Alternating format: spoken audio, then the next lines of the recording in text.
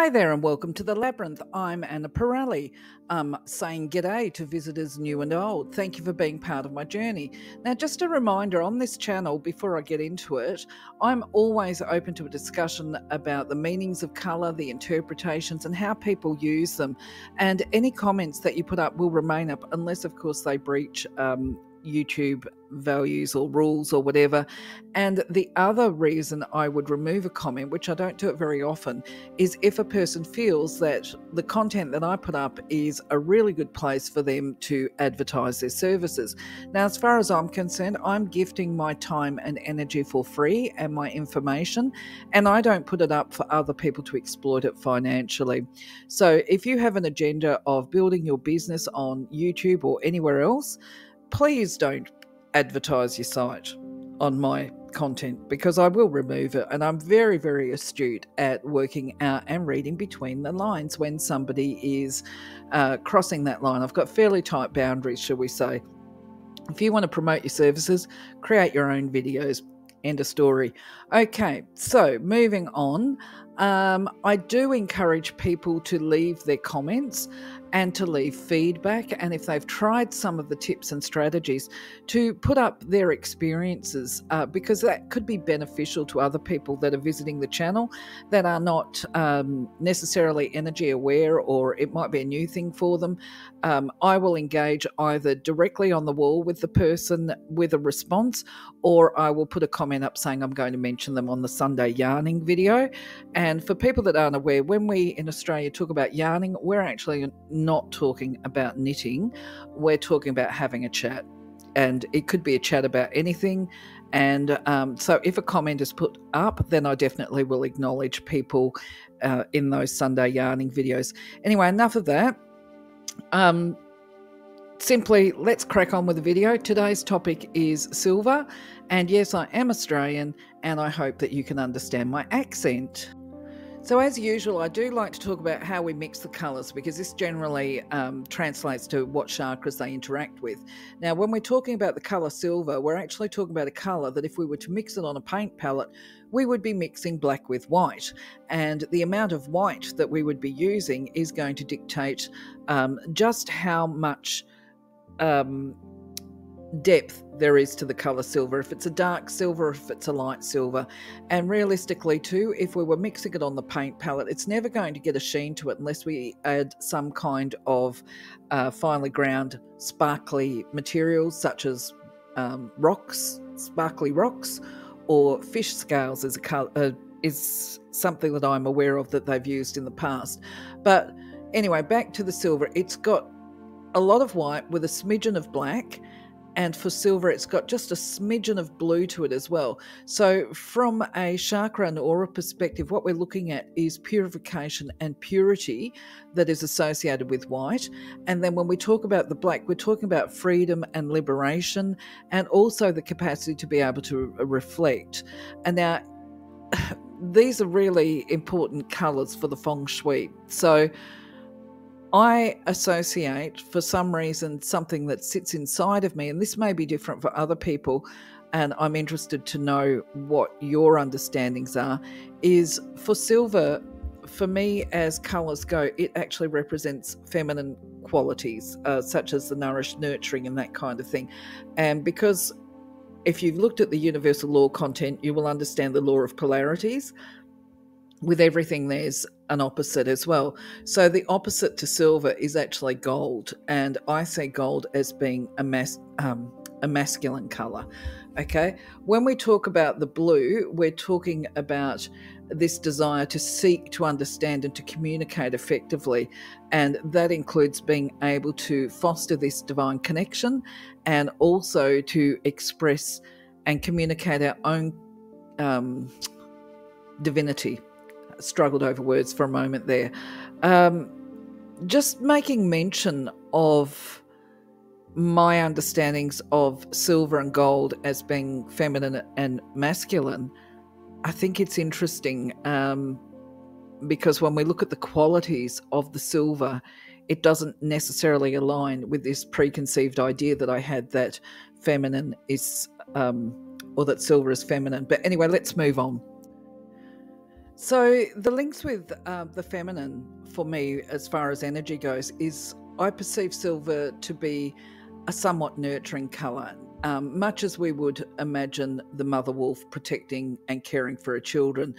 Some people will say, when I talk about the nurturing aspects of Creator, the Divine Mother, some people might say the goddess type energy. But the point being is that the energy is loving, soft, gentle, nurturing, and somewhat maternal, but it's protective as well. It's very reliant on the intuition. Gold, of course, is more associated with the masculine, ideas of protection, which is going in guns blazing, swords held up in the air, fists up, ready for a battle, fight for right kind of thing.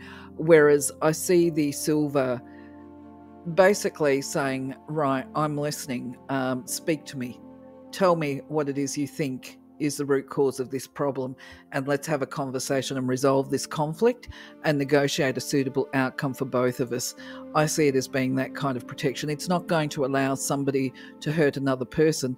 It's not going to yield too much ground if it's going to create harm, but it will definitely, as with the mother wolf, if there is a need to fight, it will jump out there and fight to protect the babies. Right. Just one way I describe things. But anyway, I think what I find to be interesting with my conceptions about masculine being gold and silver being feminine is actually from a metallic perspective, and I can't remember what they call it at the moment. It's how you test the hardness of a mineral or ore body, is that when we talk about pure silver, it's actually harder than what gold ore is. Gold is actually considered to be a very soft mineral. It scratches very easily, where silver doesn't scratch as easily as what the 24 karat gold does. But either way, where I'm going with this is back to it. Silver is considered to carry the attributes of bringing peace, persistence, and to be able to calm nervous tension. Interesting. It's this willingness to communicate and seek understanding in all situations that actually helps to expand empathy for people, their situations they find themselves in, and to be able to negotiate, if I can speak, negotiate suitable outcomes for both parties. Now, when we can negotiate and have those skills there, it is possibly to experience greater levels of serenity through this calmness, because we navigate all of those tensions, and those tensions are then put to rest and people become amicable. So based on that, yes, silver is associated with serenity and empathy. So no doubt, because of the white that lies within the colour silver, it also has the capacity to help purify and detoxify the body. So it's considered to strengthen the body by flushing the toxins out of the body via the bloodstream, and any toxins that may be caught in the body tissues, they will be moved out through the blood as well. So this is a case of silver assisting with physical healing, carrying the properties to release disease and any dense or energetic blocks within the body. If kidney and hormonal function has been sluggish, if I can pronounce the word sluggish, it can be improved through the use of the colour silver. Once again, I make no claims. I'm not permitted to do that. Let's say people with these health conditions may benefit from using the colour silver. And if you give it a go, let us know, please. So if you have been experiencing some brain fog or confusion, you're not sure what direction to take, you're not actually able to get things sorted out in your own mind to be able to make a decision or whatever, silver can actually help, allegedly. I love that word, allegedly. Let me rephrase that. Silver may benefit a person by helping them to get clarity of mind and thought. And another benefit is said to be for protection and grounding. Stands to reason. We talked about that with the mother protection energy. And the other thing is you can strengthen your intention and your resolve to follow through upon your decisions by drawing upon the silver ray. So just another simple activity, one that I consider to be rather fun. As usual, you find a place where you're not going to be disturbed, and you can either stand up straight for this one or visualize yourself standing up straight, and you focus on what it is that you would like to be achieving in your life. So you visualize that goal that you want. It could be a holiday, it could be manifesting a car or a house or whatever, but basically you see it in your mind's eye and you visualize silver rays of light snaking around you and the intention of what it is that you're trying to achieve and your resolve. And you allow yourself to sense the feelings of these rays holding you taller and stronger. And then in your mind's eye, you see a silver ray of light that is a bridge between you, your thoughts, and your goal. So what you're doing in your mind's eye is you are focusing on building a bridge, an energetic bridge, and creating a strong structure for you to walk over so that you can access your goals. When you feel confident and comfortable to walk towards your goal, that is when you desire and you're open to receiving it and bringing that goal back to the present moment and manifesting it in your life, that's when you walk the bridge. This exercise is going to help you to feel as though the goal is already manifested, and it's going to assist you to keep your energy open to the physical manifestation of this dream or vision, if you like.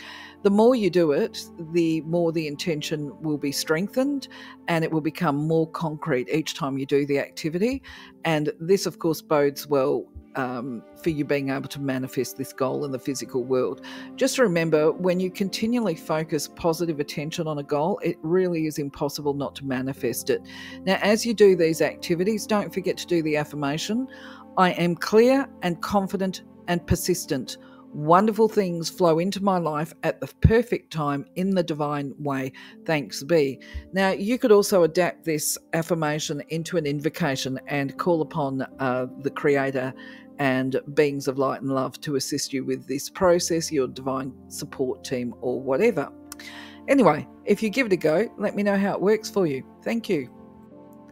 So, my friends, that's the silver content for you today. I hope you've enjoyed it. I hope you've got something useful out of it.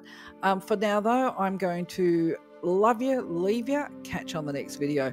Have a wonderful week. Thanks for being part of my journey. See you on the next video. Bye-bye for now.